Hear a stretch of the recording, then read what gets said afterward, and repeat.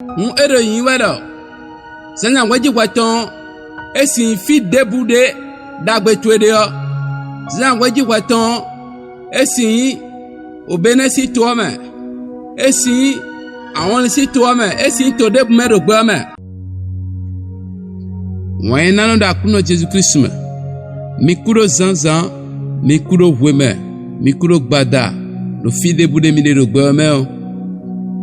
ora santa si gan ko le ho lo ba mena ho de egbe lundi 7 avril 2025 mena ima ho ma me de Genèse 29 verset 1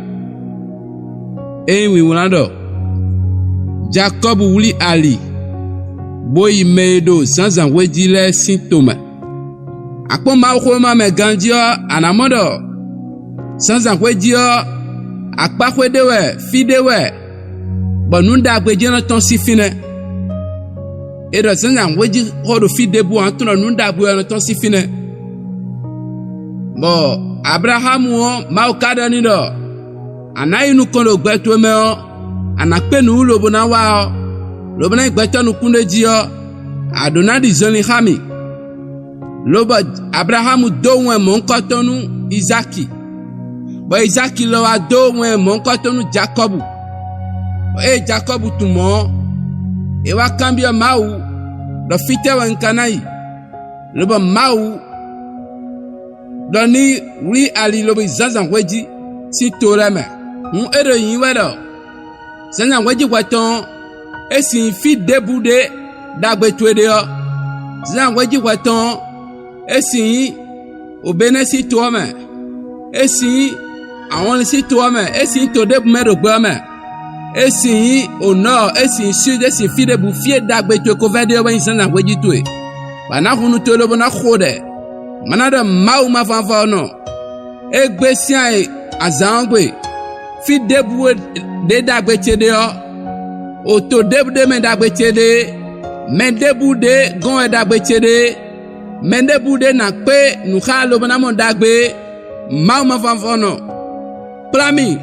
nu ma si hu mo gbeto mo nkoton le plami to mo nkoton le me plami nu ma si ku pe gbeto de ponpo namble partenariat bonu na yonu mi le plami mas kumo asuche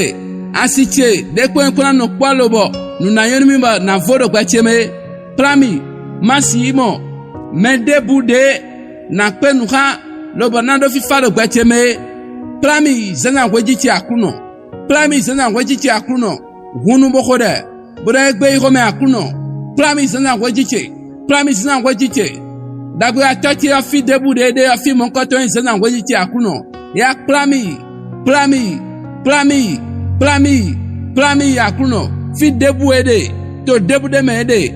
akota debude mede mau ma vanva paleton ya plami no minikpe ma si ko mo fifa do gbeteme ma si ku pe nu lobo wa ma si réaliser nu do in ko vive Jésus Christ Nazareth to mi ko dade ami keze me gbeton ni onwe